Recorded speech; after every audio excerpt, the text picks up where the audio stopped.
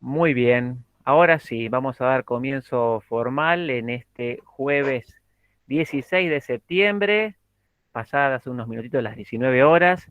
Volvemos a estar siempre en los jueves de Antropocenos, un punto de encuentro entre conocidos, entre amigos, en gente que tengan interés de poder conversar, ver ideas distintas, ver ideas nuevas y poder charlar.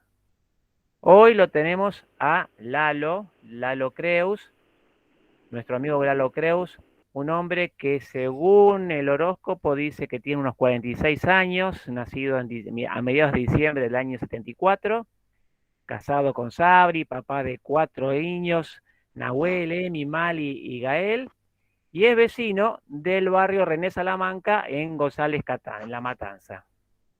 Ya en el 2001 comenzó su actividad en movimientos sociales, los que participa impulsando la organización vecinalista y la autogestión de cooperativas.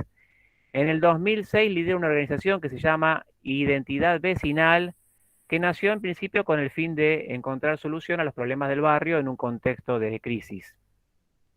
En el 2008 acompañó el reclamo del campo junto a representantes de las organizaciones sociales y multisectoriales y Identidad Vecina en el 2011 se constituye formalmente y Lalo pasa a ser su presidente. A partir de allí pasaron muchas cosas en La Matanza y en el año 2019 Lalo pasa a ser concejal de Juntos por el Cambio en La Matanza. Lo tenemos luego de una semana agitada activamente con nosotros y te damos la bienvenida, Lalo. El tiempo es tuyo. Realmente muy agradecido por tu presencia hoy aquí. Bueno, yo les agradezco a ustedes, a Mariano, que es un promotor del intercambio, del pensamiento, de la reflexión y la creación de ideas para lo periurbano, lo rural, el conurbano, lo social. Así que gracias por la oportunidad. Siempre es bueno el intercambio y el conocimiento cuando la causa que nos une es justa, por supuesto.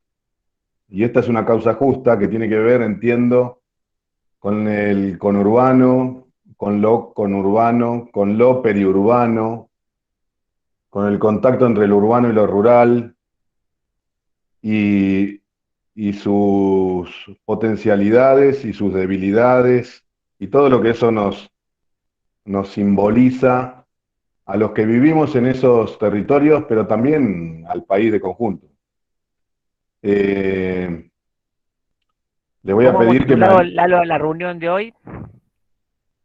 Desarrollo de la eh, fuerza productiva conurbana. ¿Hay espacio para el biodesarrollismo en el tercer cordón? Mariano estuvo muy pomposo en el título, me parece, pero me parece que muy a tono. Buenísimo, bueno, adelante. justamente levanto el guante, pero con... Abro el paraguas, les pido disculpas por mis limitaciones técnicas sobre alguna de estas cuestiones. Lo que yo sí les puedo contar, creo, ¿no? Teniendo una vida entera acá y habiendo participado de muchos procesos políticos y sociales, de construcciones colectivas de distintas formas y de agendas múltiples que tienen que ver con esta realidad, desde ahí les puedo contar algunas conclusiones. Y como contabas vos, Javier, por haber estado en momentos del país, como ha sido, por ejemplo, el conflicto con el campo, más que con el campo, con el interior productivo, y por haber estado, como dije, una vida entera en contextos de conurbano, de pobreza extrema, de todo lo que se multiplica, lamentablemente se profundiza, se consolida en esta zona, ¿no? En esta parte del territorio del país. Yo lo que les puedo decir es que en general ustedes conocen seguramente mejor que yo que ha habido un proceso histórico de migración interna que a lo largo de décadas fue amontonando compatriotas alrededor de oasis productivos, promesas de futuro que el conurbano supo dar en algunos momentos de nuestra historia, y que todo eso en determinado momento también quedó trunco, abandonado, y esos oasis se transformaron en pantanos de vida, ¿no? Donde se empiezan a reproducir generación tras generación familias sin ninguna expectativa, sin ninguna perspectiva, con una gran falta de oportunidad y en contexto de extremas necesidades.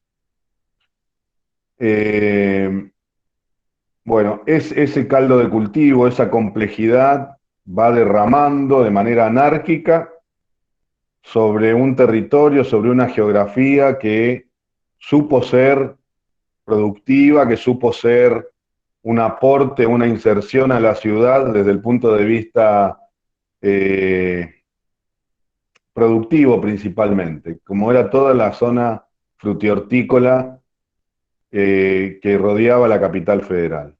Bueno, eso después de décadas, por distintas razones, seguramente que en una combinación de factores, terminó en economía de supervivencia, en el mejor de los casos, con grandes patriotas que siguen defendiendo algún modelo productivo, agropecuario, rural, pero sin ningún tipo de marco de acompañamiento. No les voy a contar a ustedes lo que es la vida agropecuaria del conurbano. Eh, y al mismo tiempo, en un permanente conflicto con un crecimiento demográfico poblacional anárquico, caótico, que se va cayendo de la capital hacia el interior de la provincia de Buenos Aires, cordón tras cordón. Entonces lo que vemos es que zonas que pudieron ser antiguamente tierras rurales de producción frutihortícola, agropecuaria, hoy son probablemente villas, asentamientos o zonas abandonadas. Y un sector del conurbano que trata en ese contexto de seguir sobreviviendo con algún tipo de explotación, algún tipo de desarrollo productivo, ¿no? Con Mariano recientemente hemos visitado, gracias a su iniciativa, en Matanza, por ejemplo, gente que está haciendo patria tratando de producir kiwi, no sé, por nombrar algún tipo de producción.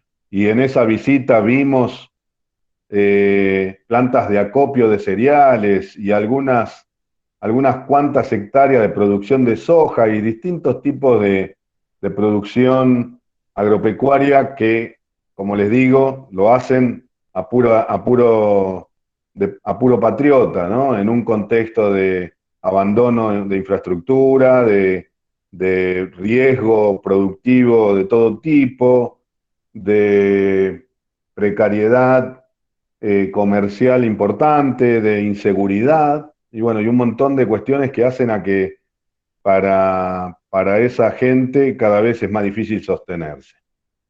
Lo que por el contrario sigue produciéndose es la pobreza y la miseria y la utilización de esa realidad.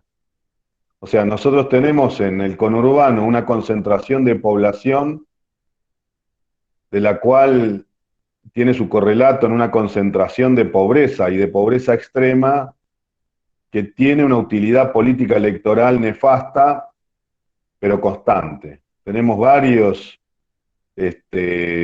gobiernos locales, varios intendentes que se sostienen, o si no son los intendentes, son esas fuerzas políticas que se sostienen sobre ese caos administrado, sobre esa miseria, sobre ese atraso, sobre esa decadencia administrada, porque son fuerzas políticas que construyen un poder sobre la dependencia de la gente.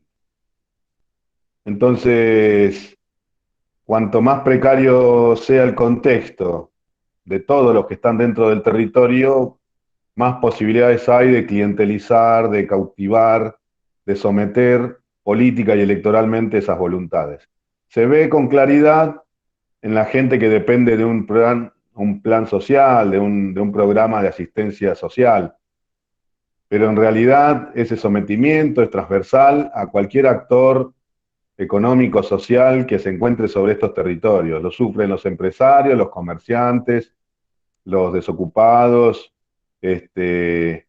bueno, todo el mundo sufre de alguna manera esa utilización que se hace de ese atraso y de esa dependencia. Esos productores, pequeños productores chacareros de economía de subsistencia, de agricultura casi familiar en algunos casos, tienen que estar pidiendo por favor que les arreglen una calle, le hagan el alumbrado, le extiendan una red de servicio o le pase una patrulla rural.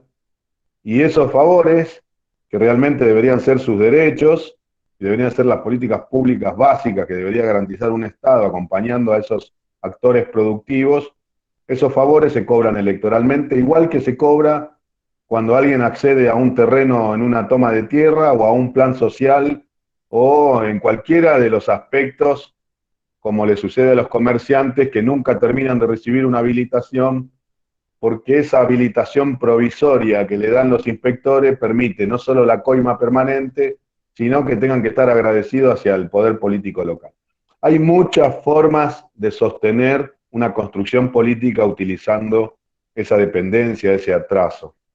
Contrario a lo que la lógica en muchos casos indicaría, que si resolvés los problemas de la gente te votan, acá es cuanto más problemas tiene la gente, tal vez tenés más posibilidad de que te voten por esos favores que vas a hacer a través de tu red de punteros. Bueno, eso es una historia de larga data, esa migración interna, todos ustedes saben seguramente incluso mejor que yo, que ha ido también mutando, pasamos de una migración, de distintas olas de migrantes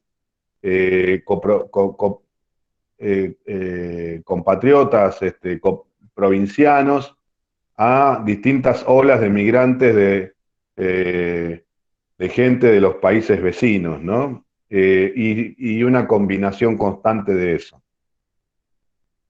Entonces también, como ustedes sabrán, parte de esa agricultura de supervivencia ha ido pasando de migrantes europeos a migrantes de países vecinos, y hay una combinación, todavía aparece algún descendiente de aquellos tanos, de aquellos portugueses, que al lado tiene a algún vecino de nacionalidad boliviana o, no sé, alguna otra nacionalidad que se anima a entrarle a algo de esta producción, pero todos en un mismo contexto de abandono y de cierta utilización, como les cuento. Bueno, ¿nosotros qué vemos? Nosotros vemos que además de ser esto casi como una cuestión sistemática, en la cual mantener el atraso y la dependencia fortalece estos proyectos políticos, lo que vemos es que justamente la salida, la liberación de estas fuerzas, de estas capacidades, del potencial de estos territorios y de esta gente, debe pasar por encontrar matrices productivas, por encontrar estrategias que le aporten a estos territorios oportunidades desde el punto de vista de la producción y el empleo, con la correspondiente carga de educación y formación para los tiempos modernos que el mundo del empleo y la producción necesita. Nos da la sensación de que eso es muy posible y, como les dije al principio, probablemente tenga muchas limitaciones técnicas como para poder fundamentarlo desde una matriz productiva de la provincia de Buenos Aires o desde la macroeconomía o desde la perspectiva de los mercados globales y la inserción de nuestro país, nuestra provincia, nuestro municipio en ese escenario. Ahí hago agua, pero lo que sí les puedo decir es que la matanza para nosotros en particular es un buen botón de muestra de lo que es el tercer cordón, que lo podemos tener desde Escobar hasta La Plata. Es un buen botón de muestra de donde se repite más o menos la película que les estoy contando. Y nosotros lo que vemos es que las zonas más pobres, estas zonas más caóticas, son en realidad las zonas con mayor potencialidad, las zonas con mayor reserva de riqueza, no solo en su gente, que es toda gente de laburo, sino en su inserción, en su geografía, en su vínculo con lo urbano y en su vínculo con el interior productivo de la provincia de Buenos Aires. Entonces, eh, Javier, si vos me permitís, yo les muestro, les comparto y les muestro, Adelante, con todo eh, gusto. les voy a mostrar el mapita de La Matanza. Me gustaría saber ahora cómo hacerlo, ¿no? Esto va a ser denme un segundo. Aparte la población, más de 1 millón de habitantes tiene, ¿no es cierto? 2,5 millones de habitantes. Este, bueno, qué pena, no me estoy dando maña con esto. A ver, ¿ahí lo ven? Ahí está perfecto, dale. Ahí está Muy comenzando. bien. Muy bien. Bueno, miren, acá en principio ustedes van a estar viendo La Matanza. Perdonen, el delimitado es mío, ¿no? No es de un diseñador gráfico, pero ese es el contorno aproximado de La Matanza. Como bien decía Javier, acá tenemos 2,5 millones de almas, 329 kilómetros cuadrados. Estamos en límite con la capital federal y en límite con una importante cantidad de municipios del conurbano, como Ezeiza, Merlo, Cañuelas, Marcos Paz, Las Heras, eh, Esteban Echeverría. Bueno, acá van a ver ustedes esta primer zona que está ya dentro de lo urbano, es el primer cordón, es la zona que está al lado de la capital federal. ¿La ven? Sí, perfectamente. Muy bien. Lo que sigue es el segundo cordón y lo último es el tercer cordón. El tercer cordón de La Matanza tiene el 55% de su geografía y a nivel poblacional tiene alrededor del 20, bueno, no llega al 25% de su población. El segundo cordón de La Matanza es mucho más pequeño en dimensión geográfica y sin embargo tiene el 45% de la población. Y el resto está ubicado en el primer cordón.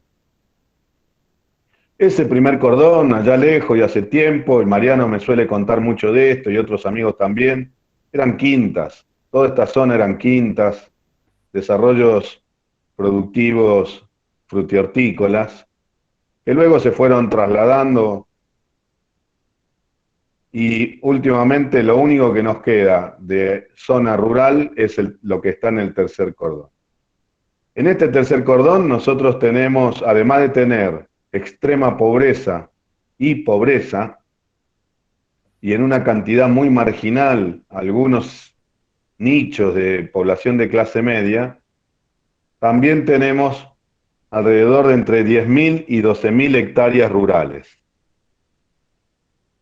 Esta tierra es toda tierra privada que está fraccionada en hectáreas, en lotes pequeños en su mayoría, aunque podés encontrar algunos de 100, 120 hectáreas por ahí mezclados, pero en general son 6, 10, 15, 20 hectáreas como mucho.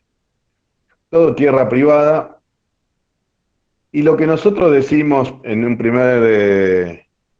una primera conclusión es que La Matanza ha crecido como un derrame de lo urbano, como un derrame de la capital federal, y sigue haciéndolo. Cada vez que nosotros tenemos en la capital federal la combinación de un pico inflacionario con la falta de oferta para acceder a la vivienda, mucha gente de la capital se termina viniendo al primer cordón del conurbano.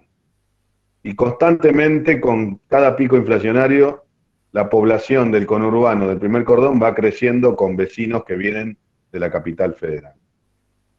Y así sucesivamente. La gente del primer cordón se va yendo al segundo y la del segundo se va yendo al tercero. Pero en un marco de anarquía. En La Matanza nunca en la historia se hizo un lote con servicio desde la gestión pública. No existe un antecedente donde el Estado haya dado una oferta para la vivienda, el terreno para la primera vivienda con facilidades de pago, con servicios, con papeles. No se hizo nunca. Entonces lo que sí en ese vacío aparece es todo lo trucho. Entonces gente que está con vinculaciones y cobertura en el Estado termina agarrando tierra rural y la transforma en urbana dentro de una situación de ilegalidad generalizada. La gente compra porque es la única opción de acceso a la tierra que hay, no paga barato y en muchos casos por ignorancia compra lo que nunca va a ser de su propiedad legal, aunque sí legítima. Y entonces tenemos un 45% de la población que vive sin tener su escritura. Hay gente que vive hace 60, 70 años en una vivienda que le pertenece, pero no tiene la posibilidad de demostrarlo con una escritura.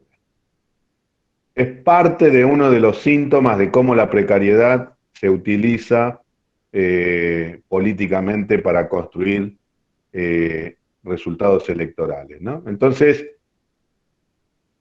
eso va sucediendo anárquicamente. Aparece cualquier vivo y agarra la tierra de Ricardo o del abuelo de Ricardo, que está abandonada porque no hay perspectiva de producción, no hay acompañamiento, no es sustentable desarrollar ahí nada. Y el tipo inventa ahí una pseudo inmobiliaria y termina vendiéndole la tierra a Ricardo como heredero, pero que como nunca hizo la sucesión, también está en falta. Entonces, che, Ricardo, acá te están tomando tu tierra, yo te rescato unos pesos, y Ricardo termina agarrando una plata de una tierra que capaz que ni sabía que existía, y así se multiplica el caos y se multiplican los asentamientos. Matanza tiene 165 asentamientos, y valga la aclaración, un asentamiento no es una toma de tierra, un asentamiento es cualquier barrio que no tiene regularizada la propiedad.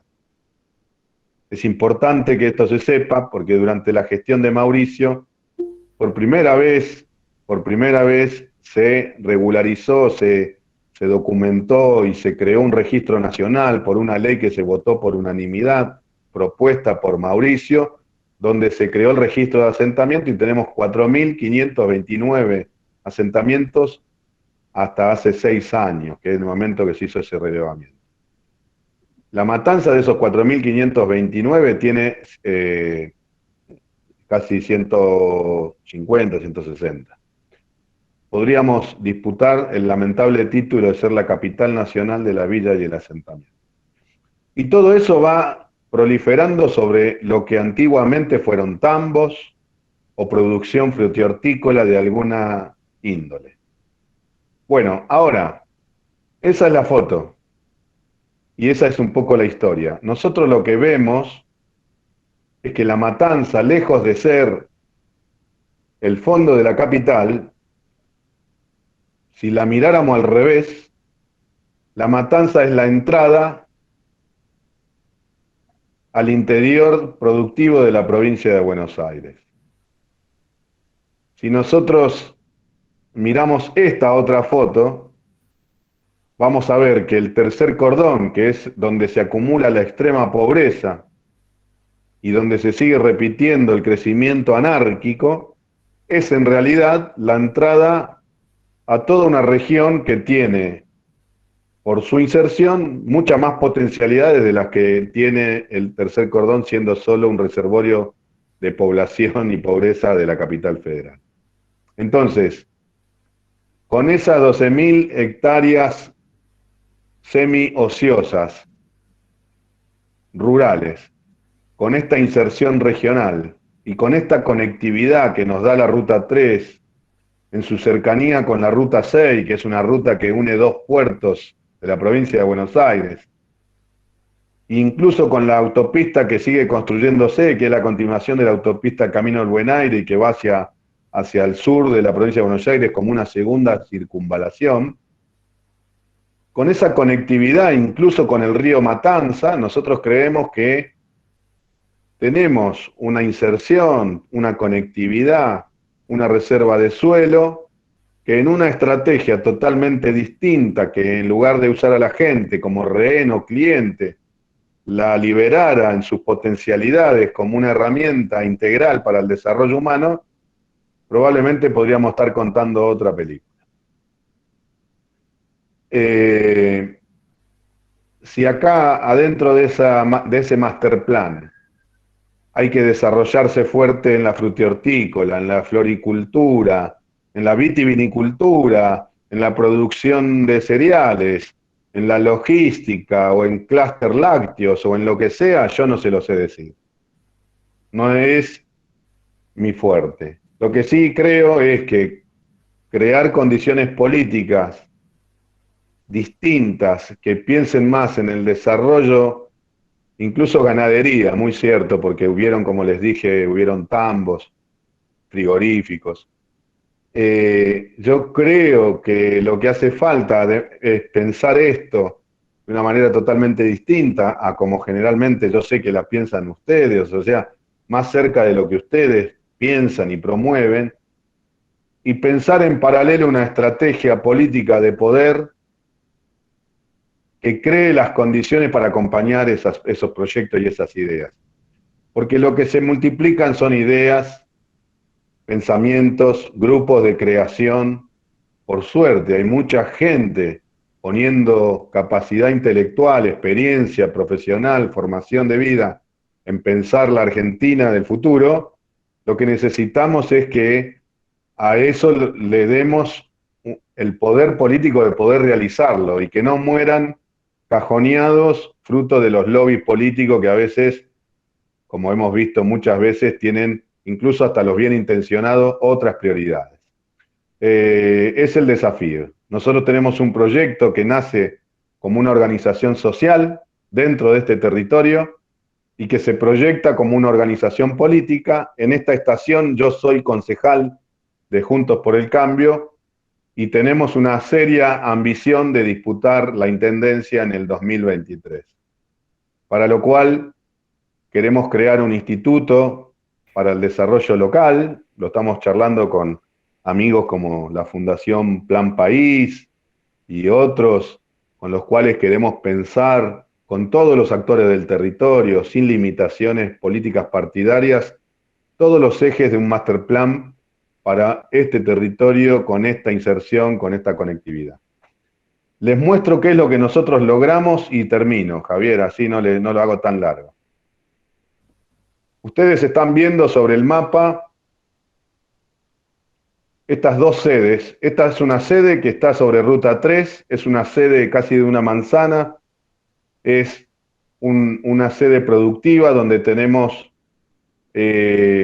dos de nuestras empresas. Nosotros hemos creado con nuestra ONG 7 empresas que generan empleo a través de la producción de bienes y servicios. Acá tenemos una metalúrgica y una carpintería que la tenemos en una sociedad con una empresa de La Pampa que fabrica juguetes de madera en las líneas Montessori y Waldorf de muchísima calidad. Y también tenemos en esta sede aulas y estructura de formación y de terminalidad de estudios. Después tenemos una sede que es la del barrio Salamanca, que es una sede que algunos de ustedes han podido conocer, donde creamos como un pequeño centro cívico adentro de un asentamiento que tiene 15 años de total abandono, 100 manzanas de calles de tierra, y ahí creamos y construimos un pequeño oasis donde hay un jardín que promueve la línea de formación Montessori, un polideportivo, una plaza, una sala de salud, espacios de talleres y actividades que se hacen con 500 chicos por día, y un montón de actividad más.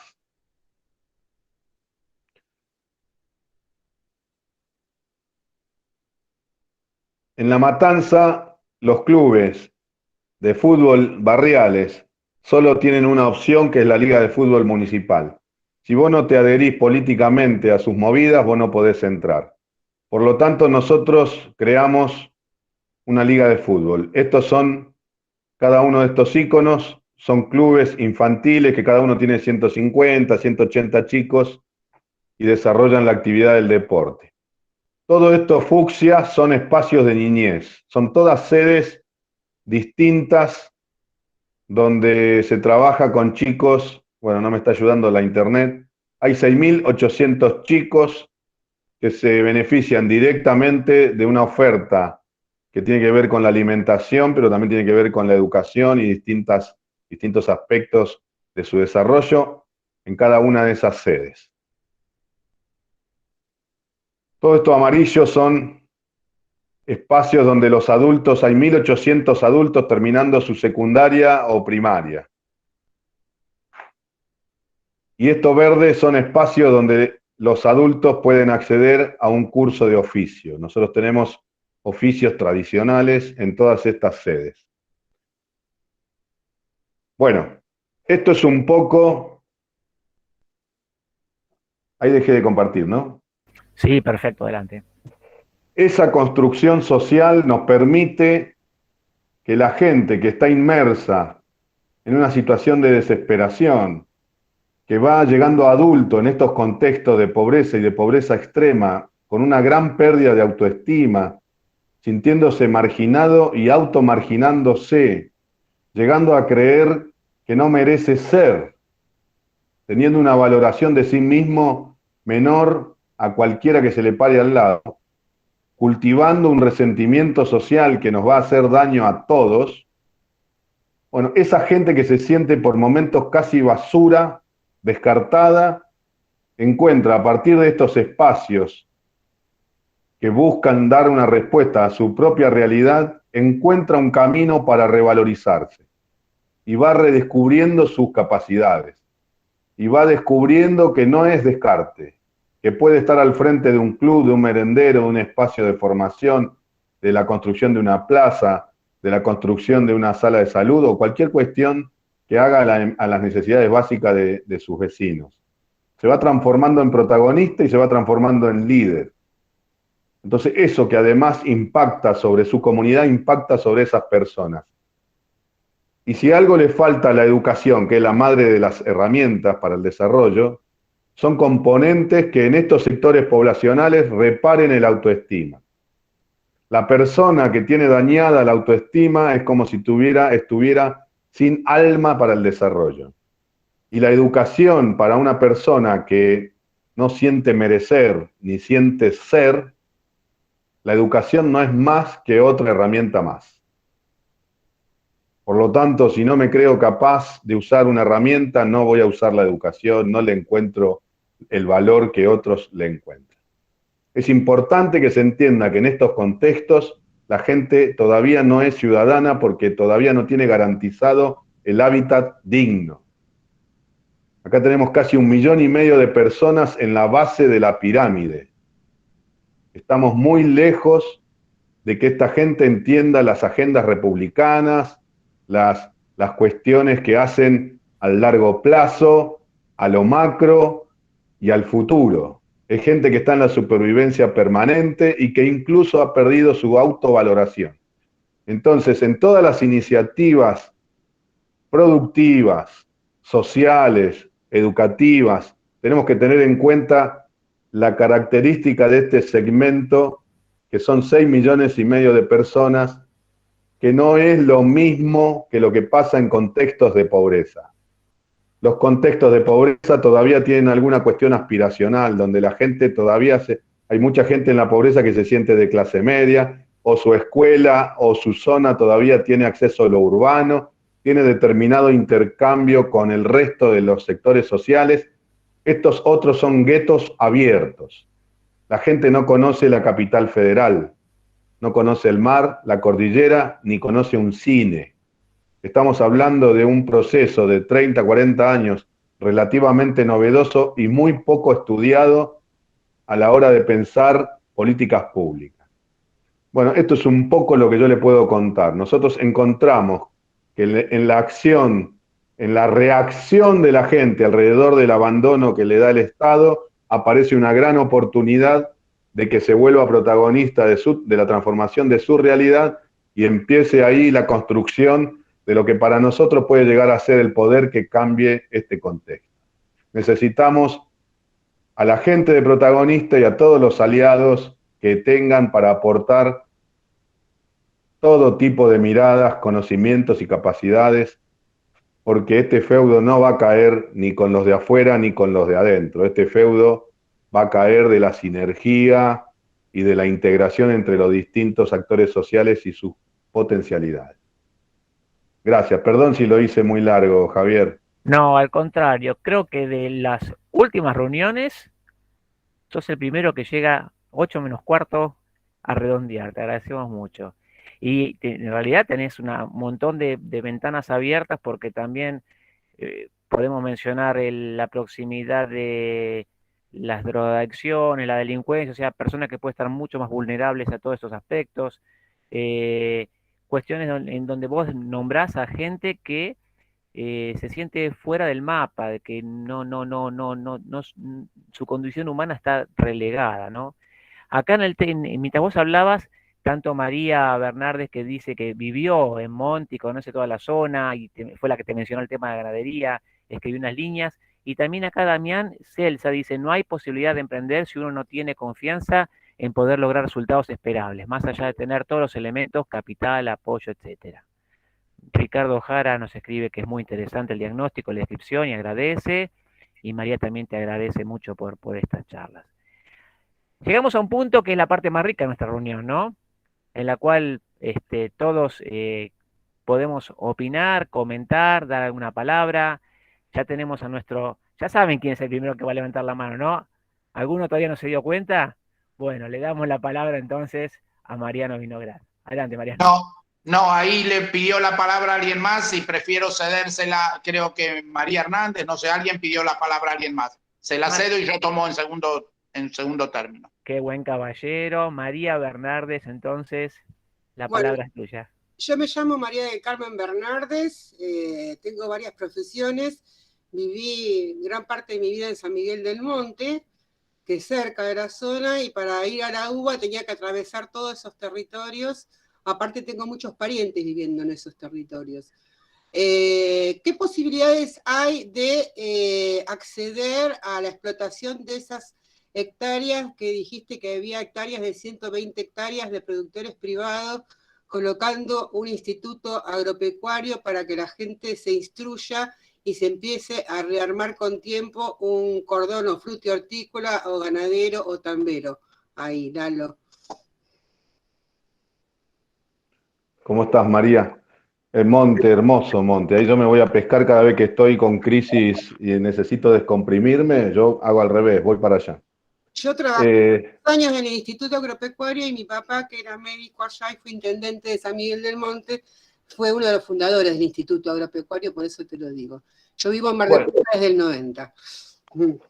Bueno, mirá, ahí justamente yo tengo algunas ideas, hemos intercambiado con mucha gente, entonces vamos creando algunas conclusiones, pero realmente está todo para construirse desde el punto de vista de las medidas concretas o los proyectos concretos. Yo te puedo decir que mi sensación es que el conurbano está en un punto tan caótico que el desarrollo económico local es tremendamente necesario, pero también es insuficiente. O sea, el desarrollo económico y productivo de estas zonas es importantísimo. Acompañar eso con una estrategia de formación de distinto tipo, ¿no? Por supuesto que con un Estado que acompañe eso.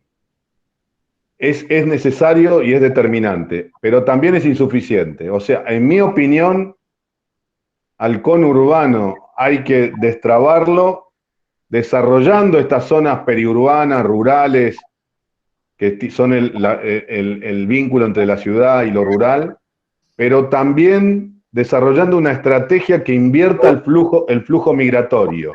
¿Qué quiero decir con esto? Yo creo que la zona núcleo del país es una gran locomotora. No es el campo es una diversidad mucho más grande, pero la zona núcleo del país es una gran locomotora, y yo creo que preparar una estrategia en la que los jóvenes del conurbano puedan formarse con una mirada integral, moderna, de lo agroindustrial, permitiría que esos jóvenes vuelvan a estas zonas con desarrollo productivo agroindustrial a insertarse laboralmente con una capacidad y con una formación hecha en estas zonas. No sé si me explico. O sea, quiero aclarar, es posible el instituto, es posible desarrollar ofertas formativas para la producción, para la inserción laboral en estos contextos, es posible desarrollar estos contextos productivos, sí, pero es insuficiente si se piensa el problema grande que tenemos con el conurbano y los niní de todos esos pibes que no estudian ni trabajan. Pero sí, se puede, María, se puede. De hecho, nosotros tenemos un proyecto de una escuela agroindustrial que lo venimos trayendo desde hace, varios de los que están acá me han escuchado desde el año 2008. Es un sueño poder generar una propuesta por ese lado.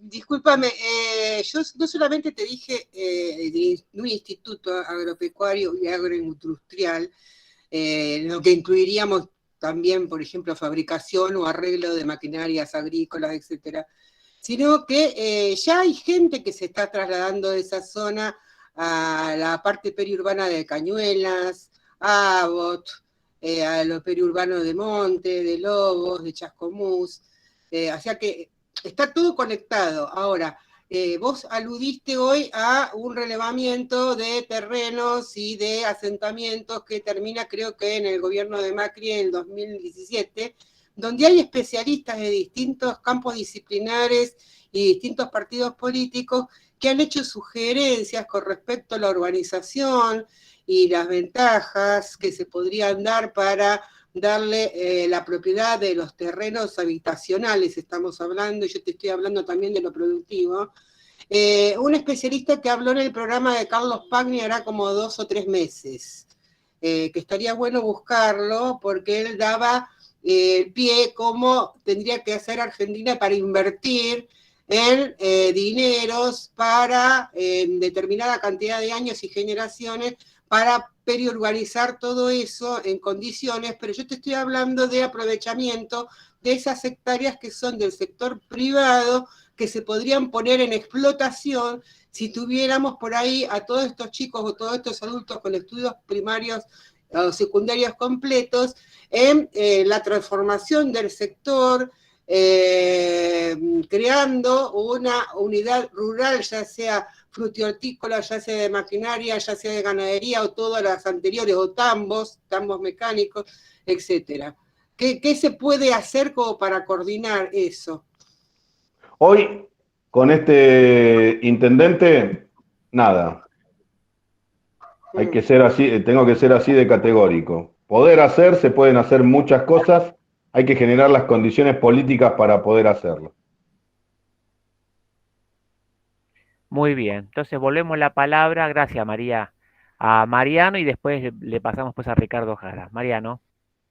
Bueno, la charla de Lalo es muy apasionante porque él plantea un contexto casi apocalíptico, pero no se queda en la descripción y en la vana promesa, sino que hace un planteo que es tecnológico, que es social, que es histórico, que es político. En fin, no hace falta remontarse a 200 años atrás, cuando el propietario de la estancia donde ahora está el Mercado Central proponía dialogar con los indios en vez de tirotearse, porque ni siquiera a cuando se fundó la Mercedes-Benz en la década del 50, en la Ruta 3, mientras la Ford se instalaba en Pacheco y todo lo que es el norte del conurbano tuvo un cierto desarrollo, la Mercedes-Benz, los alemanes, se instalaron en Catán.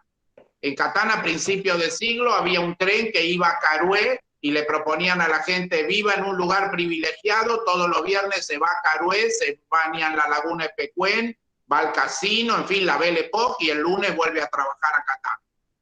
Tan solo en mi juventud, o sea, hace no tanto, 40 años, en fin, el Mercado Central no estaba inaugurado, era una propuesta para el desarrollo de La Matanza. Ramos Mejía era esplendoroso, en San Justo estaba la fábrica de Chrysler y la horticultura de los portugueses de Catán, Marcos Paz, Pegasini, etcétera, al sur del Camino de Cintura, era el abastecimiento de la ciudad.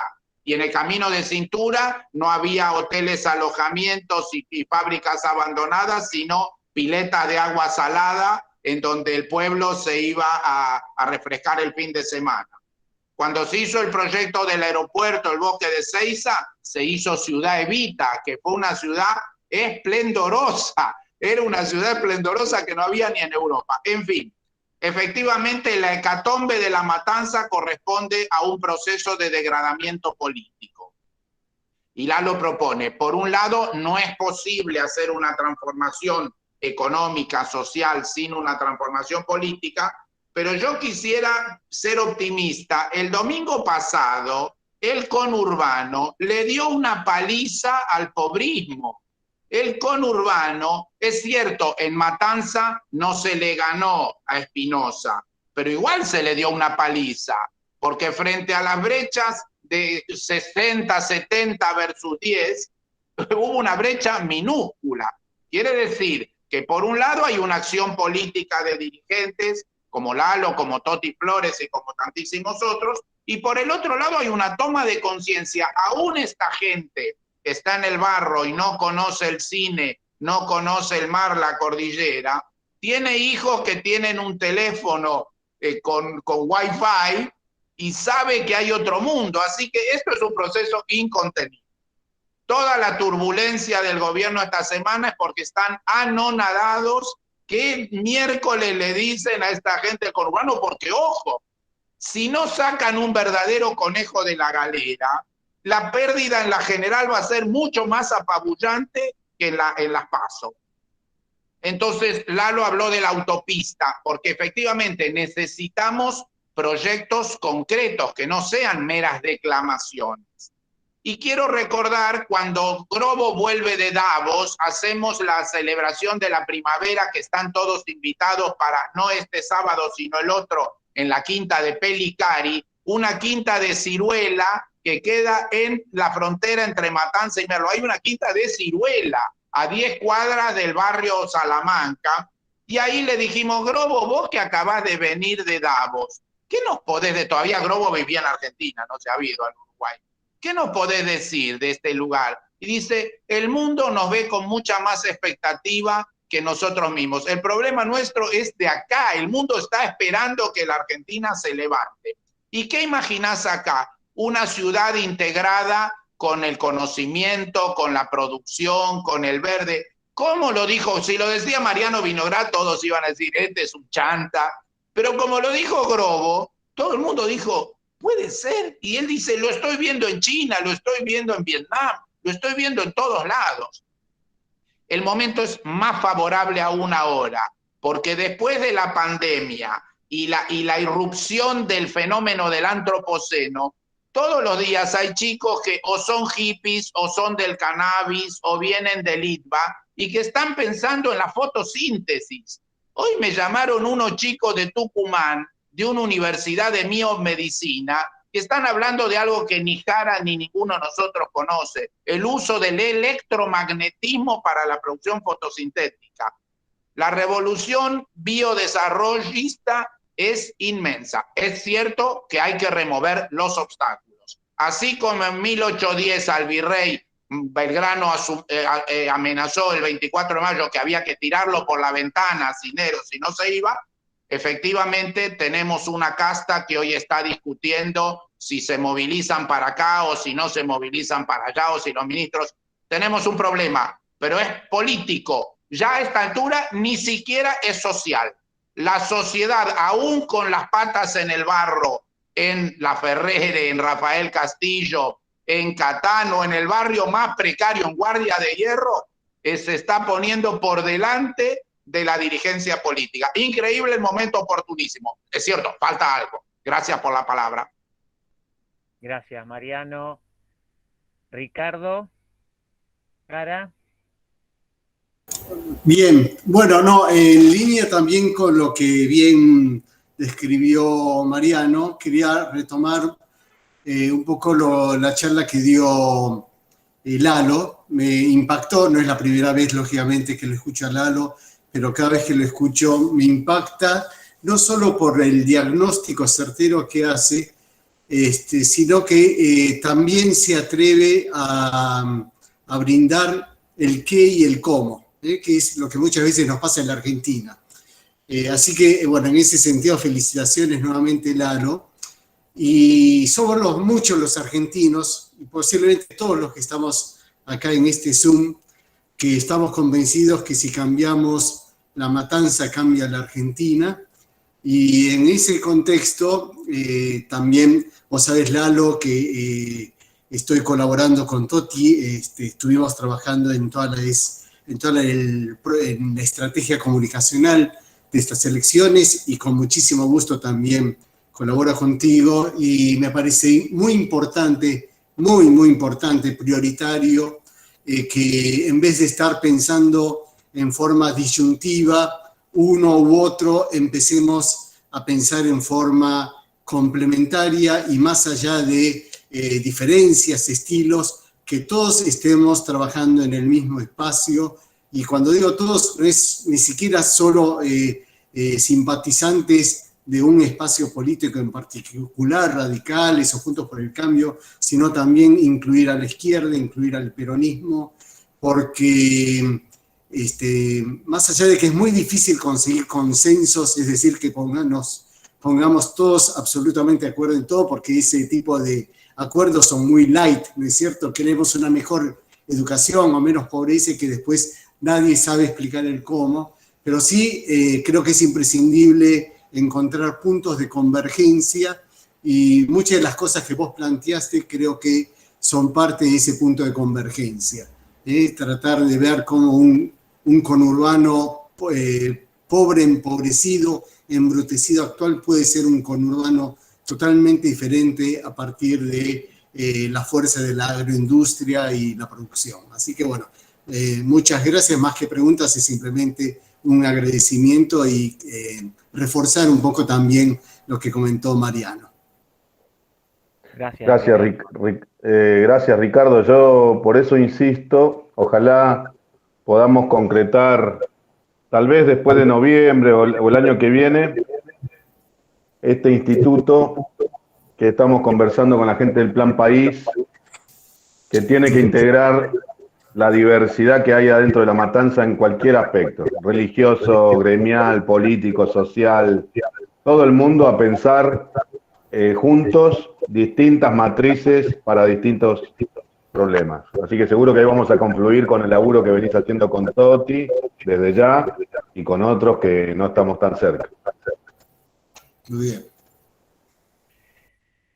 Lalo, sos una persona relativamente joven, bastante joven, y en este transitar por la vida te ha tocado enfrentar el mundo desde distintas perspectivas. Lo has estado, me imagino, en una actividad privada trabajando en alguna empresa importante, después al frente de marchas, hoy en estas actividades.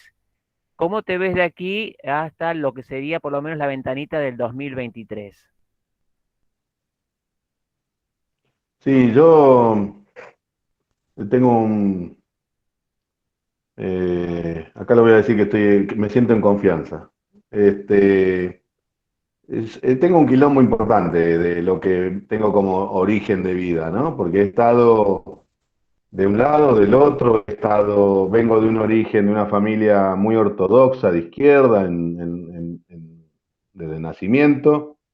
Me alejé de esa militancia, de esas ideas, fui gerente de una empresa americana en la provincia de Mendoza, después fui segundo de una organización nacional piquetera, que es la Corriente Clasista y Combativa, después formé esta ONG, y esta ONG es una mezcla de organización social, holding y fuerza política partidaria, ¿no? Es una cosa bastante sui generis. Creo que, como dije recién, me parece que Argentina, nuestro país, nuestra hermosa patria, tiene una grieta que le hace mucho daño y no es la grieta de un apellido político.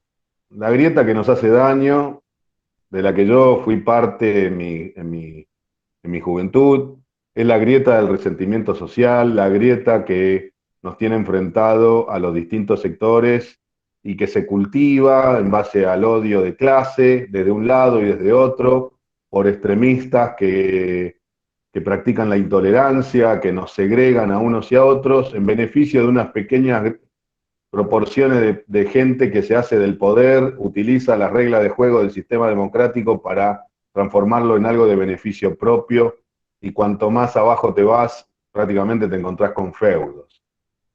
Bueno, a mí me da la sensación que el principal aporte que yo quisiera hacer, además de ser parte de estos procesos en los que la gente excluida se vuelve protagonista y líder, transforma su contexto y se autotransforma, además de ser parte de eso, a mí me gustaría ser parte de un acercamiento a cerrar aquella otra grieta. Creo que nuestro país podrá tener los mejores presidentes, los mejores proyectos, pero vieron cómo nos tropezamos cada tanto y no logramos sostener políticas públicas en el largo plazo que trasciendan los cambios políticos, como sí lo hacen otros países hermanos que tienen más o menos problemas estructurales que nosotros, pero sin embargo no tienen esta grieta social tan explotada que tenemos nosotros. Así que yo como me imagino en un recorrido, llegando a todas las estaciones que hagan falta para contribuir a cerrar esa grieta.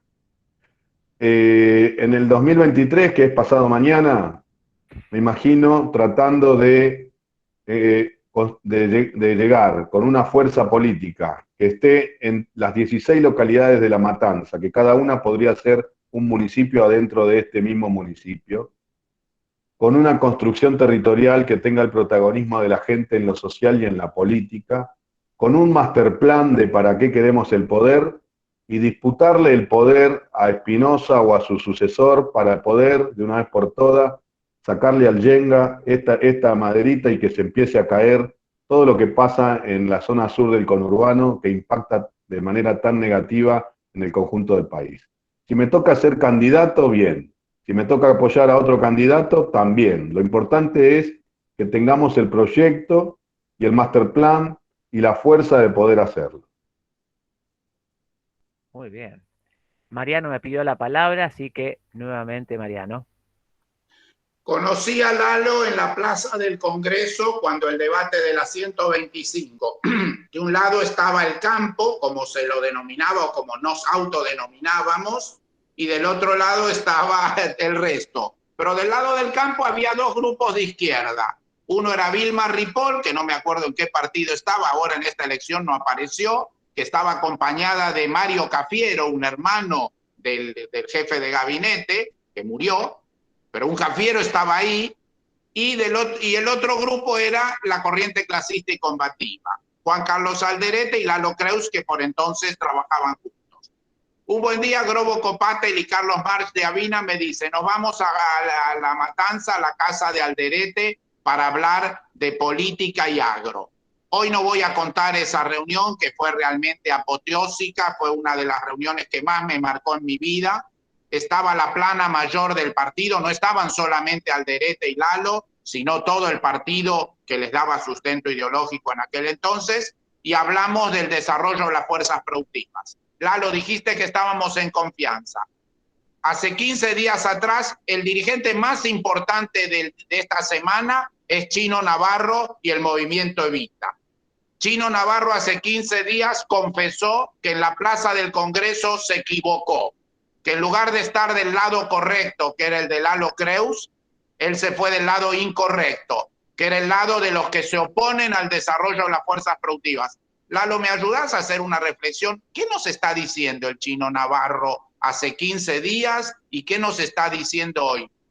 ¿Hay un debate adentro del kirchnerismo entre los que ya están podridos del subdesarrollo de las fuerzas productivas? Prendió la mecha, Mariano. Atención, Dale, maestro.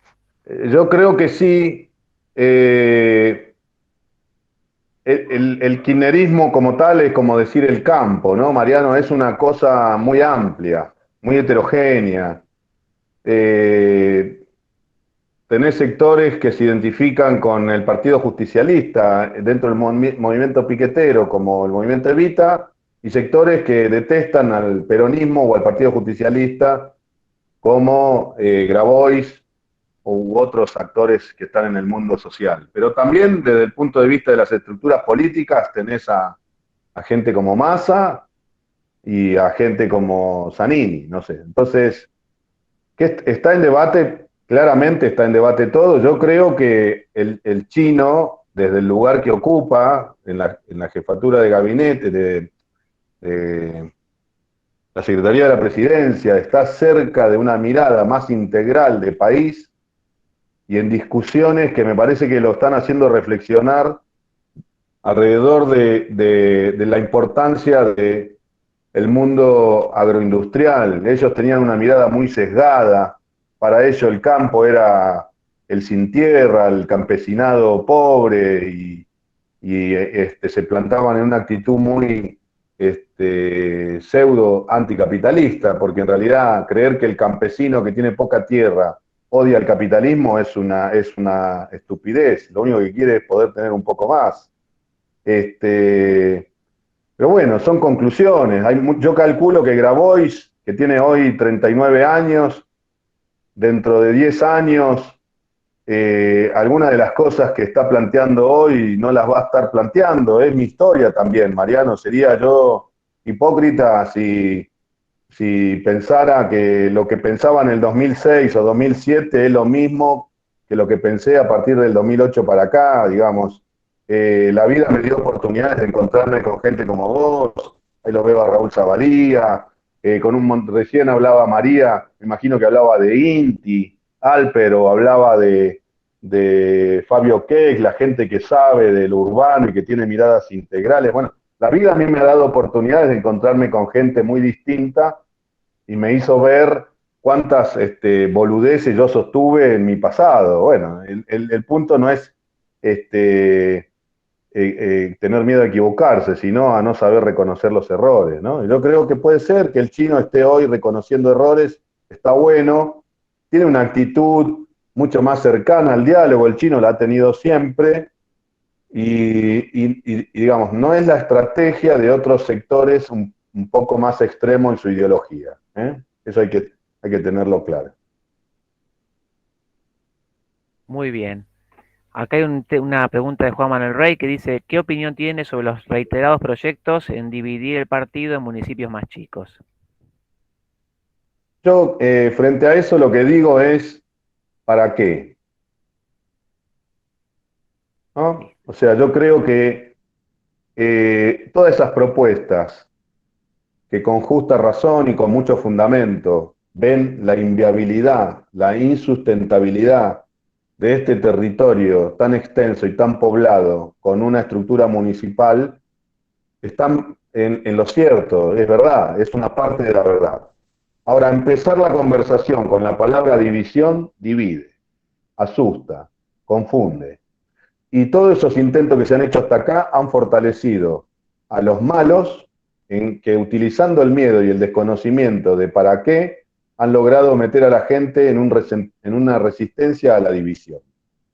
En cambio, si nosotros empezáramos justamente desde una confluencia de ideas donde haya consensos y acuerdos básicos, que no siempre es lo mismo, de para qué, hacia dónde tenemos que llevar a la matanza, cuál tiene que ser el master plan, cuál es el horizonte, cuál debe ser la meta de inserción de nuestro territorio a nivel regional, probablemente eso por decantación después nos diga que sin dividir la matanza no se puede hacer. Pero primero el para qué. Yo, si me apuran un poco, digo, yo creo que se tiene que dividir. Pero ni loco empiezo a discutir. Es como construir la casa de a partecitas sin tener un plano. O sea, yo digo, ¿qué hacemos con este territorio y su inserción? Y luego la estructura formal, institucional que necesite. Hace un ratito lo mencionaste a Raúl Zavalía y nos pidió la palabra, Raúl. Raúl. Gracias, Lalo. Gracias y felicitaciones por la presentación. Parece que hay una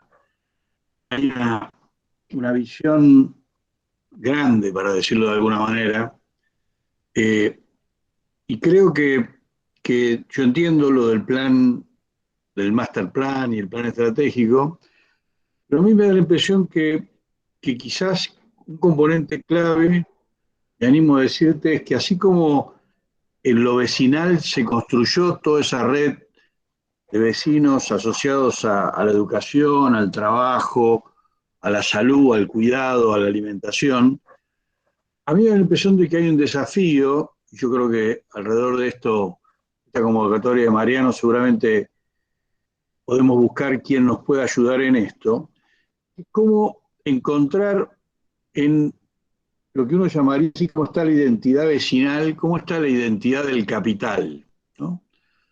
Que me da la impresión, porque yo creo en las construcciones de abajo hacia arriba, porque creo que esta, digamos que para lograr que esos feudos y esas castas que controlan el poder político, digamos, se empiecen a derretir como el helado en el verano, hace falta, digamos, que la sociedad tome una actitud más proactiva. Y yo creo que hay una sociedad de los dueños de esas 6 hectáreas o 8 hectáreas o 100 hectáreas, que seguro que no tienen un proyecto común para ese capital. No sé por qué se me ocurrió que así como hoy la producción eh, agrícola está basada en juntar pequeños productores o pequeños dueños de tierra y ponerlos en un conjunto que hace que no solamente la economía de escala, sino la economía del conocimiento y un montón de cuestiones que sinergizan. Entonces, yo creo que hay un desafío que yo por lo menos te propongo, digamos, de ver cómo juntar esas cabezas, porque si se juntan las cabezas de los vecinos con sus potencialidades, con la cabeza de estos, llamémosle dueños de la tierra, seguro que de esa interacción se van a poder empezar a concretar proyectos como el que propone María respecto de la cuestión de la educación o el proyecto de cómo regenerar esas instancias productivas de las cuales hablaste vos y de las cuales Mariano siempre nos habla, del señor de las ciruelas, pero después está el señor del kiwi, está no sé quién, digamos, que en el fondo es, digamos, la tierra, las ganas de trabajar, de producir que tienen los vecinos, que quieren crear riqueza, y el conocimiento. O sea, me da la impresión de que ahí hay un desafío de juntar voluntades, que después, por supuesto, el poder político, entre comillas digo esto, se cae solo, como cuando sacás el Shenga ese que decís, ¿no? Y que se cae. Pero que hace falta que la sociedad, digamos, que esa relación que hoy es una relación de desconfianza, quizás entre el que tiene la tierra y tiene miedo que se la ocupen, y el que no tiene a dónde ir a parar, digamos, ¿no? Entonces me parece que ahí hay establecer una conversación, creo que hay ahí una oportunidad, me imagino, ¿no? O sea, lo que se me ocurre sugerirte y poner a consideración. Muy bien, Raúl. ¿Querés decir algo, Lalo? Si no, te hacemos una pregunta y estamos en No, no, Antropoceno y vamos a ir cerrando en 10, 15 minutitos no más, así que aprovechemos a hacer esta última parte de intercambio. Dale, Lalo. no, sí. Nosotros estamos atrasados en poder, hicimos algunos procesos en el marco del conflicto con el campo, con el interior. En La Matanza hicimos tractorazos, hicimos unas movilizaciones con los tamberos, hicimos varias iniciativas contestándole a Cristina que entre otras cosas decía que el problema era con el interior o que la riqueza que ella capturaba era para los pobres, el conurbano, etcétera, etcétera. En ese escenario yo, por ejemplo, recuerdo reuniones intentando crear la filial de Federación Agraria y reunir chacareros y productores que vino hasta Bussi en ese momento, hicimos algunos, tratamos de crear alguna cosa ahí que no no llegó a su fin, más que nada porque Federación Agraria no le dio continuidad. La Matanza tiene una sede de la sociedad rural que tiene muy poca actividad, es una cosa, es más una oficina de representación enganchada al RENATRE, pero hay mucho por hacer en cuanto a acompañar lo que seguramente ya existe, incluso, Raúl, que es que entre toda esa gente se conocen y se vinculan. Nosotros tenemos que lograr ahí insertarnos, ¿eh? Estamos un poco atrasados en eso.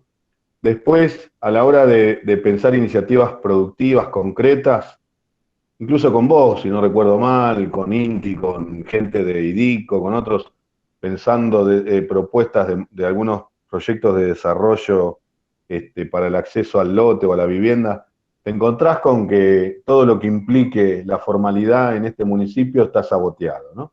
Y pensando después con otros amigos, incluso con desarrolladores o con fondos de inversión, nosotros pensábamos, y es un delirio que a mí me agarró en un momento, que era la posibilidad de construir un parque agroindustrial que pudiera asemejarse a propuestas que existen en otras partes del mundo, donde los productores frutihortícolas tuvieran redes de servicios, ¿no? Y que tuvieran acceso a la tierra, acompañamiento de crédito, incluso con capacidad de vivienda dentro del mismo espacio, seguridad y toda la infraestructura. Que incluso a nivel mundial hay unas líneas de financiamiento importantes para ese tipo de proyectos, enmarcados dentro del desarrollo local o de la seguridad alimentaria. Bueno, el punto es que, de vuelta, son proyectos que demandan cierta formalidad a nivel local que son saboteados desde el municipio, ¿no? Entonces, tenemos que ir creando eso que estás diciendo vos, Raúl. Estamos atrasados en eso digamos, y creo que es el camino como para poder lograr alguna mejora frente a la resistencia de los que gobiernan, que cuanto peor mejor. Pero estoy de acuerdo con lo que estás diciendo. Lalo, estamos de cara a un crecimiento poblacional. Hoy me decís que La Matanza tiene 2 millones, en el 2050 va a tener 3, 4 millones, o no sé. ¿Vos pensás que va a ser un factor de invitar a la gente que salga de La Matanza? ¿Va a ser un polo de atracción de que venga gente del interior de La Matanza? ¿Cómo te imaginás el movimiento poblacional en los próximos 20, 30 años para La Matanza? Sí, yo creo, como decía recién, nosotros, el conurbano tiene una historia de haber sido una capa tras otra de migrantes, principalmente en un momento europeos, después provincianos y ahora recientemente de países limítrofes.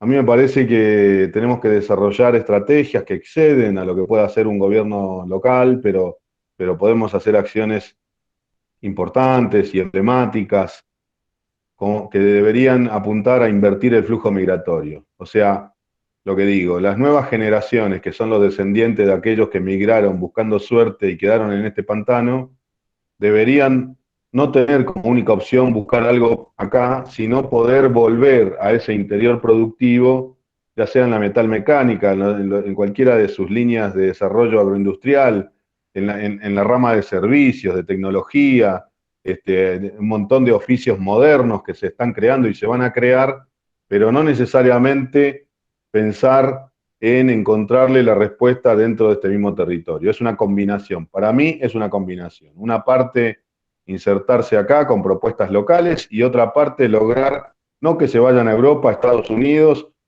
por Ezeiza, sino que se vayan a la zona núcleo a insertarse con una formación profesional y una perspectiva de futuro con herramientas.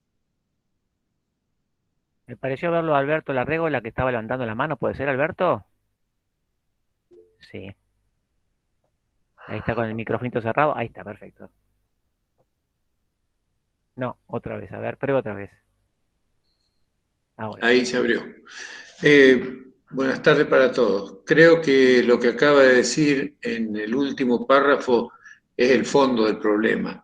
Lo que pasa es que acá nadie habla de política a largo plazo. O sea, el que hizo una política a largo plazo fue Perón, en el 40 y pico, que fue amontonar la gente en Buenos Aires a través de la industria, de todas las cosas, para poder tener los votos fáciles y poderlos manejar, porque la gente que está atomizada, que está en pequeños lugares, no le presta tanto atención a lo nacional, o se juega más por lo local.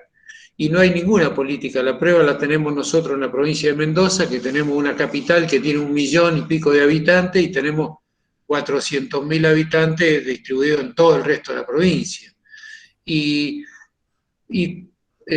Por ejemplo, las organizaciones públicas, y sí, los trámites, ustedes cuando tienen que hacer trámites importantes, tienen que ir a capital. La gente de La Matanza no tiene solucionado todos los problemas ahí. Hay trámites que los tiene que ir hacia capital, y así eso se desparrama en todo el país. ¿Que el gobierno nacional tiene las herramientas? Sí. Lo que él acaba de decir del desarrollo del interior se puede hacer, pero tendría que ser, no darle la potestad a las provincias, decir, bueno, de lo que se cobra impuestos a las exportaciones, el 5, el 7, el 10%, eso hay que pensarlo, hay que elaborarlo, se tiene que reinvertir en 100 kilómetros a la redonda de donde se produce. O sea, si la generadora de los impuestos está en General Villegas, bueno, en 100 kilómetros a la redonda y en ciudades que no superen los 100.000 habitantes, hay que reinvertirlo generando puentes de desarrollo.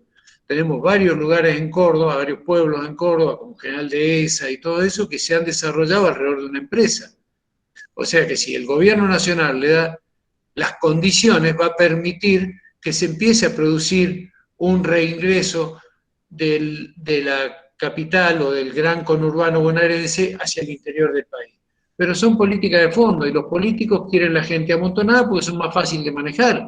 No es lo mismo ir a ver personas a 500 kilómetros o a 400 kilómetros que tenerlas a 20 cuadras.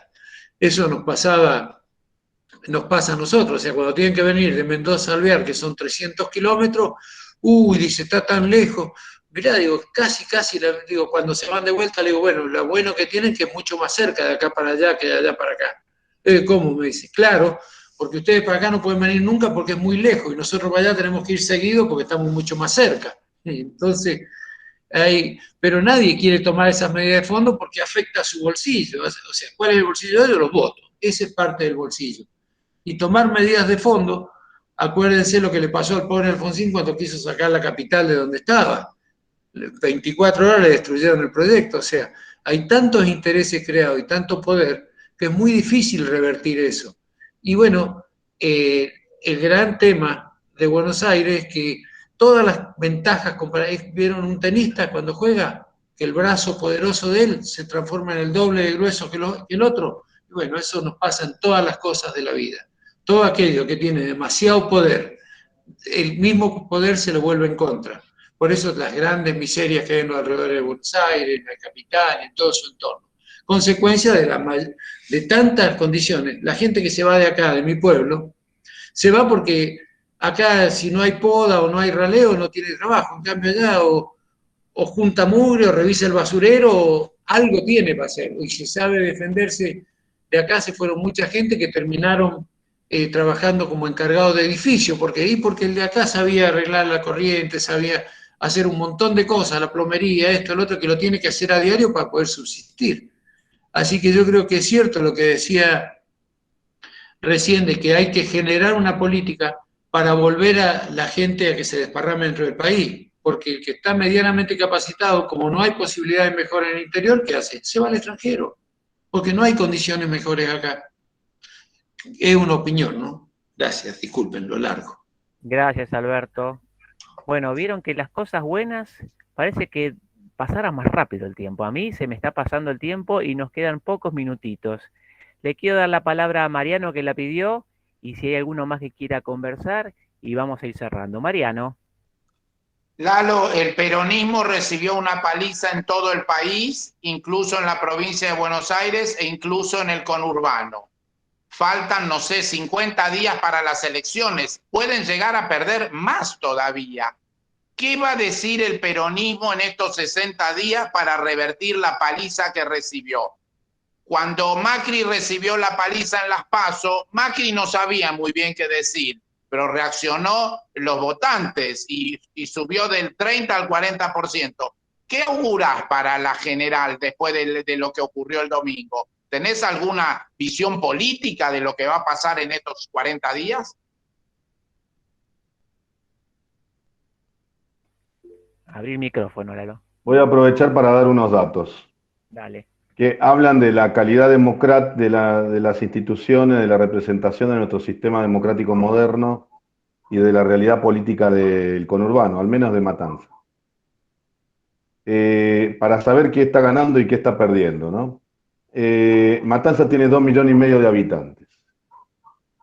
Vota solamente 1.150.000 personas, 1.150.000 personas. ¿Está?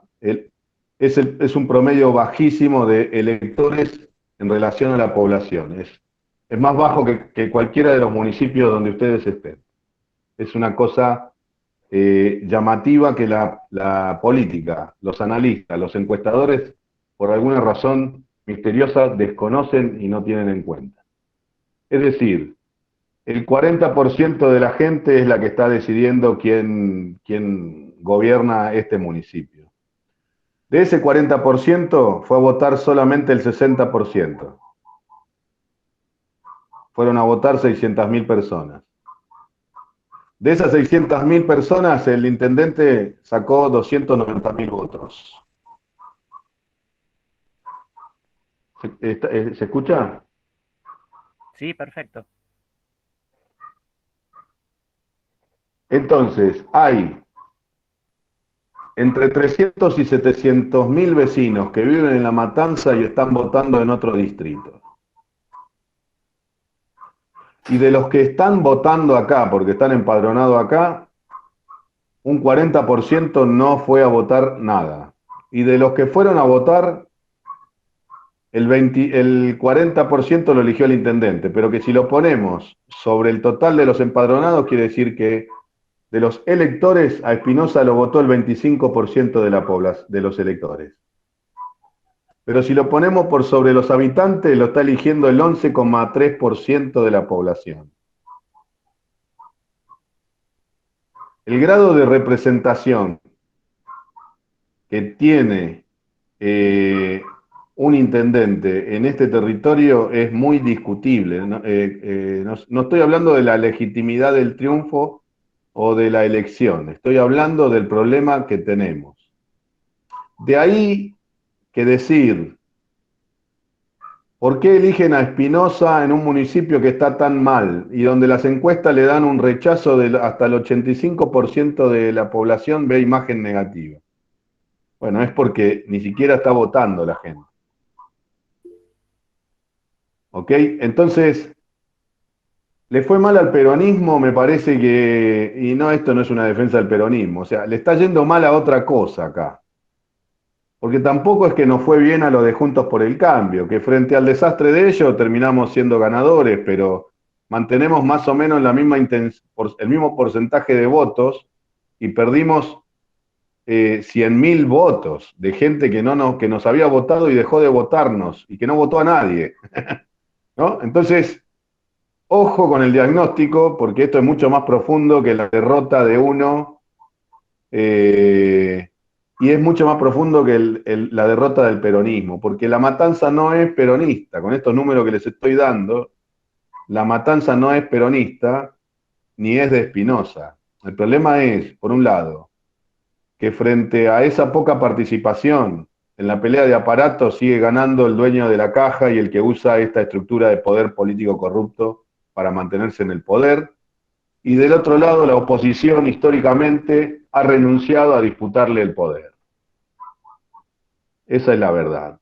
Tenemos que construir una fuerza que no sea de las clases medias en un municipio que tiene el 70% de su población en la pobreza, una fuerza que esté inmersa en toda la diversidad del territorio y que le hable a la gente no de eslogans ni de fotos y selfies, sino de la agenda dramática cotidiana que tiene en cada uno de sus barrios, que es muy distinta entre una y otra. Entonces, hay que dejar de ordeñar a La Matanza electoralmente como una provincia y tratarla, estudiarla y construirla como una provincia. Se la usa electoralmente como una provincia, pero se la piensa como un municipio. no está perdiendo el peronismo, Mariano. Acá está sucediendo algo mucho más profundo y augura una gran incertidumbre. Y si eso se fuera hacia el terreno de la violencia, nosotros estamos más cerca, para mí, de una confrontación de estilo guerra civil que de estallido social estilo 2001. ¿Por qué razón? Porque en el 2001 estaba el gobierno y del otro lado toda la gente. Hoy no está toda la gente de un lado y del otro lado el gobierno. Y los gremios y los que tienen posibilidad y ejercicio y estructura de poder de movilización están todos del lado del gobierno, aunque lo estamos viendo cómo se pelean. Están jugando con fuego y así como en el momento que Cristina mandó a desalojar Gualeguaychú con la patota de Moyano, que por suerte llegó a Ceiba nada más, yo vi en vivo y en directo qué cerca estuvimos de una guerra civil. Hoy están dadas las condiciones para escenario de ese tipo. Ojalá que lo que estamos viendo no sea nada más que meterle miedo a su electorado, porque a Mauricio le funcionó muy bien el miedo de que vuelva el kirchnerismo a Venezuela. Entre las PASO y las generales remontamos 10 puntos y tal vez estén jugando la misma ficha, meter el miedo y termine en eso. Ojalá que termine en eso y nada más, y probablemente remonten algunos puntos electorales. Y si la oposición sabe interpretar a la gente y además de hablarle de eslogan, le habla de sus problemas, también podemos crecer nosotros en votos. Esto queda grabado, Lalo, así que en una semana vamos a volver a ver esta grabación. Ale Groba, ¿habías levantado la mano? Si no, cerramos la reunión. Sí, me quedé impresionada con el comentario pero lo que he visto, en marzo fui a un colegio de estos que no sé bien cómo financia la iglesia en Calafate, que era un colegio de oficios hecho para la gente pobre de Calafate. Y la verdad que tenía unas cosas buenísimas, un taller de herrería, una huerta hidropónica, que es lo que yo en principio he ido a ver, de costura, pero bien hecho con maquinaria y demás. Y me decían que el problema es que no van los alumnos, que tienen que ir por los barrios a buscarlos, a llevarles apuntes. Calafate es muy chiquito, o sea, no es un problema de que no pueden llegar.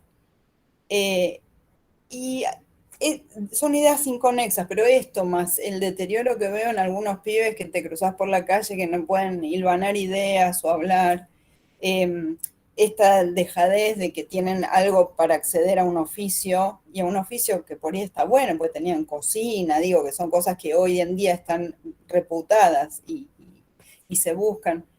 Me cierra con lo que vos estabas diciendo recién de esto de que ni fueron a votar, de que hay algo muy grande que es mucho más terrible que estar de un lado o de otro, que te coopte una fuerza política u otra.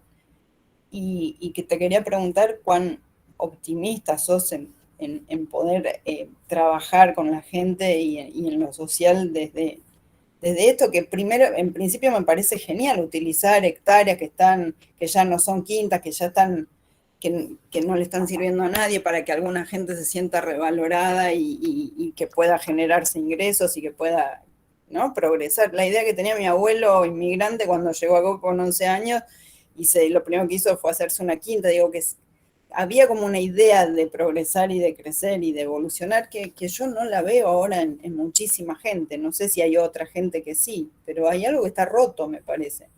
Y me asusta, y me preocupa, y me duele también. Digo, Sí, vos tenés mucho más contacto con eso, por eso me interesa tú. sí, Alejandra, desde nuestra experiencia es posible que la gente que está en el fondo del tacho, que se siente descartada, que todos los días se levanta sin ningún tipo de expectativa y que transcurre su vida sumergida en la depresión, en la falta de expectativas, sintiéndose basura, que es una expresión fuertísima, pero es real. Es posible que de esa gente se recupere capital humano y se transforme no solo la persona, sino su contexto. Nosotros tenemos una organización, la presenté hace un rato, 5.000 vecinos de La Matanza son parte de distintas iniciativas y salieron de esa situación. En un lugar donde la ley es todo lo contrario, es el clientelismo, el sometimiento, la cooptación. Nosotros llevamos 17 años construyéndonos ahí, así que somos una prueba de que sí es posible. Ahora se trata de escalarlo, ¿no? De pasar eso. Nuestro desafío es llevar eso a un ejercicio de política pública a nivel local.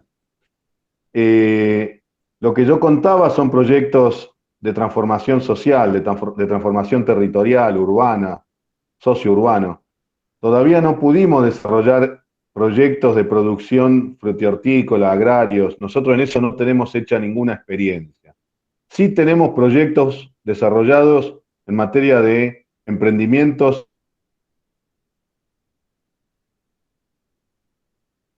empresas. Tenemos 7 empresas, creamos una incubadora de empresas que nos permite generar empleo, brindando servicios y fabricando bienes.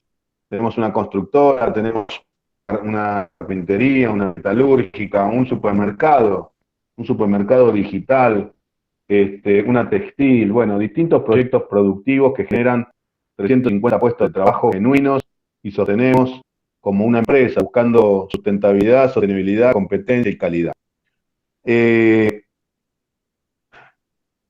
Yo creo que es posible, pero hay que hacerlo con un correcto diagnóstico. No es lo mismo el sujeto que está inmerso, crece, se desarrolla y muere en un contexto de pobreza que aquel que lo hace en un contexto de indigencia. No es lo mismo. La forma en la que un contexto social impacta sobre uno no es la misma forma que impacta sobre el otro. Entonces, en los contextos de extrema pobreza, que es esa gente que no sabe para qué está viviendo y que no tiene expectativa de futuro y que no lo motiva a capacitarse ni la educación ni nada porque no son nada más que otra herramienta de la que no se creen capaces de usar, en esos contextos hay que trabajar muchísimo la reparación de la autoestima. Si no se repara la autoestima, es gente que le estás dando algo que no sabe, que no se cree capaz, ni se cree con derecho, ni se cree merecer. Entonces hay que trabajar una estrategia con mucha más pedagogía, con mucha más seducción hacia estos sectores en lo que tenga que ver con la educación o el empleo. Y los que quieran pasar a promover proyectos que generen empleo en estos segmentos sociales, lo tienen que hacer con un compromiso mayor de acompañarlos en la formación, no solo del conocimiento técnico, sino en la gestión de ese emprendimiento de manera integral, porque es gente que tiene oficio, que sabe hacer, pero no sabe gerenciar, no sabe gestionar, y no le podemos tirar a ellos esa mochila, porque ningún empresario lo hace. Los empresarios contratan servicio tercerizado para un montón de cosas, son fuertes en una cosa y la otra se complementan con terceros. Bueno, acá tenemos que crear un acompañamiento para que aquellos que abrazan la cultura del trabajo no se traumen, no se frustren tratando de insertarse a un mercado que los repele o tratando de alcanzar un punto de equilibrio con limitaciones de capacidad profesional importantes. Hace falta innovar. No hay que regalar la máquina o el rollo de tela. Tal vez hay que darle financiamiento, pero lo que sí hay que regalarle son horas profesionales para hacerle un cash flow, para estudiarle su negocio, para hacerle un modelo de negocio de éxito de lo que está pensando hacer. Por ejemplo, Alejandra, me explico, hay que cambiar el enfoque y acompañarlos porque tienen pocas expectativas. Entonces, la primer frustración lo único que hace es confirmarle que no merecían esa chance.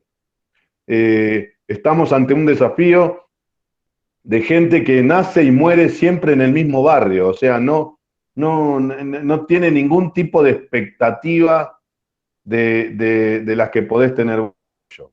Hay que seducir, conquistar, motivar, darle mucho de reparación a la autoestima. Muy bien, Lalo.